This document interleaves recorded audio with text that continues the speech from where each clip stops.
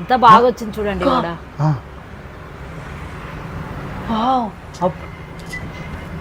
ఉంచుకోవాలండి. ఇగో ఇట్లా మెత్తగా పేస్ట్ పట్టుకోవాలండి. మక్కబుట్ట, కాన్స్, కలెమాకు, పచ్చిమిరపకాయలు అన్నీ వేసి ఇట్లా పేస్ట్ పట్టుకోవాలండి. ఇట్లా మెత్తగా పేస్ట్ పట్టుకోవాలి.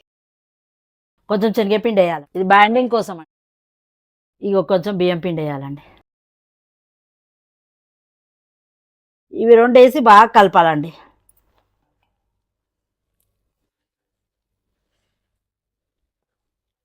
స్టవ్ ఆన్ చేసి కడాయి పెట్టి ఆయిల్ పోయాలండి.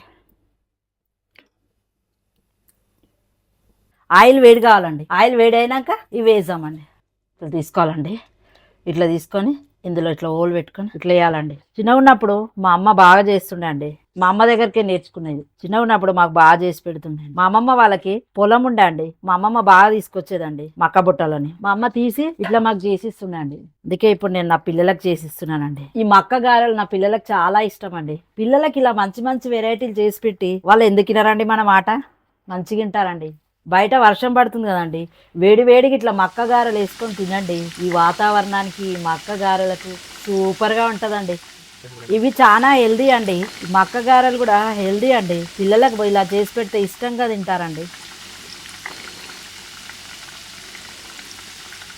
ఆయిల్లో ఒక 5 నిమిషాల తర్వాత మళ్ళీ ఇంకో దిక్కు మలపాలండి. ఇప్పుడు ఇట్లా మరలేయాలండి. మళ్ళీ రివర్స్ కూడా కాలాలండి. ఇట్లా స్లిమ్లో పెట్టి కాల్చాలండి. అప్పుడైతే లోపల కూడా మంచిగా ఉడుకుతుందండి. ఎంతో టేస్టీగా ఉంటాయండి. మా పిల్లలకైతే చాలా ఇష్టం అండి. నేను చేసే మక్క గారెలు అంటే వాళ్ళకి చాలా ఇష్టం అండి.